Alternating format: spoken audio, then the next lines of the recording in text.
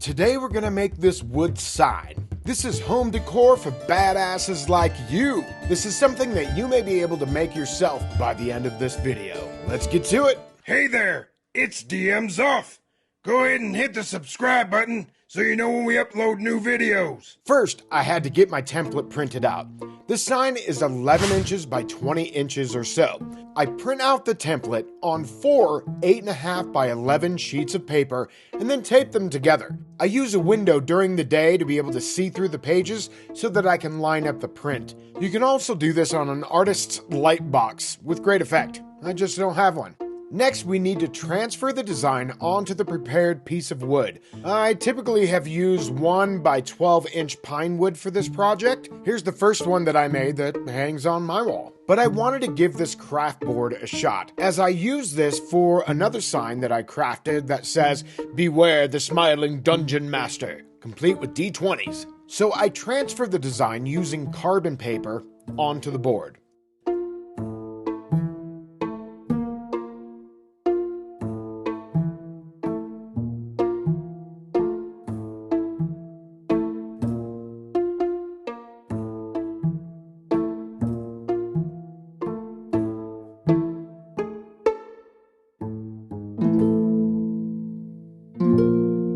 Next, we get to carving. I'm using a hand router with a 60-degree bit to carve this out.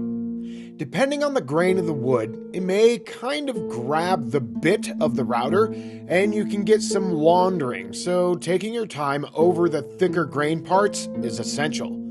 But keeping a nice steady flow is the best practice.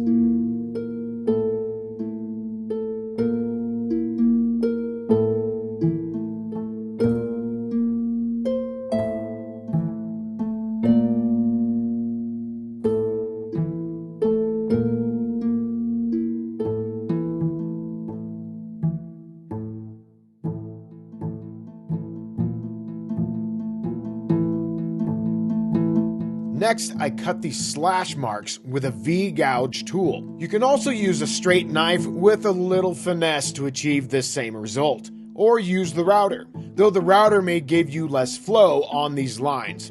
I just like the way the V-gouge tool makes these lines. I use a Roman ogee bit to do the edging, once or twice, all the way around.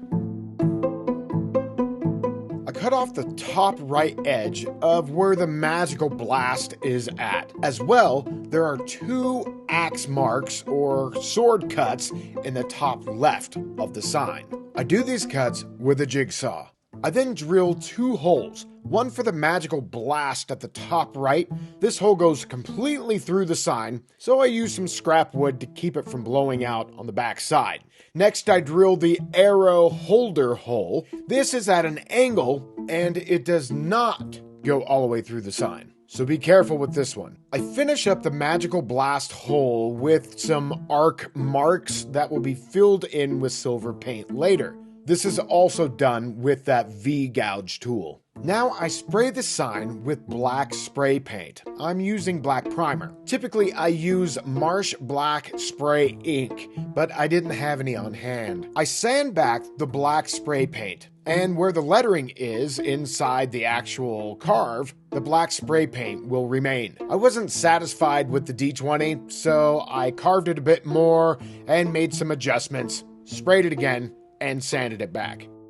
Now I use Minwax Jacobin stain and let it sit overnight, covering the entire top of the board. Now we're going to sand back the stain to really distress it and help the lettering to stand out a bit more. I'm going to torch the magical blast area.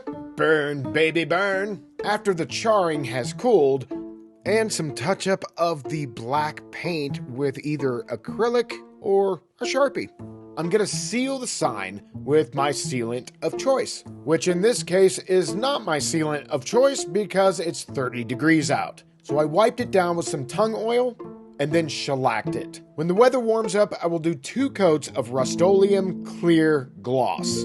That'll give it a hard shell. Then I go back over with the clear matte to give it the finish that I want. But at this point, we gotta wait for the weather to warm up. This'll do for now. After all that dries, we need to do some blood splatter on the left side of the sign. I use red, black, and brown acrylic paint, nice and wet, so that there's a bunch of flow, and I mix it all at random. This gives a fresh blood look as well as an oxidized blood look. Bloody buddy.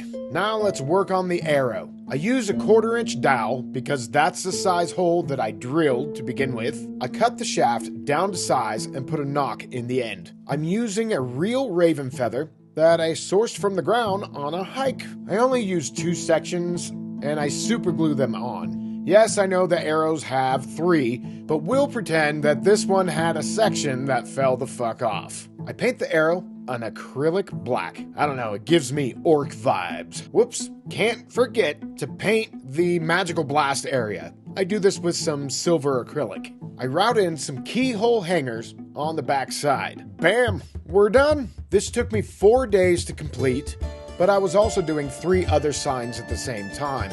So your time may vary, plus paint time will vary as well, depending on how hot or cold it is in your area. If you would like to give this a try, you can download the template for this at the Agranak Studios Patreon. Link in the dungeon. Thanks for stopping by Agranak Studios today, and we'll see you on the next one. Later. This video is brought to you by the generous support of our patrons. Consider becoming a patron. There's a link down in the dungeon. Down there. Also, we have links to other places that Agranak Studios is at. Alright, do this, and do that, and do this, and do that. And watch this video.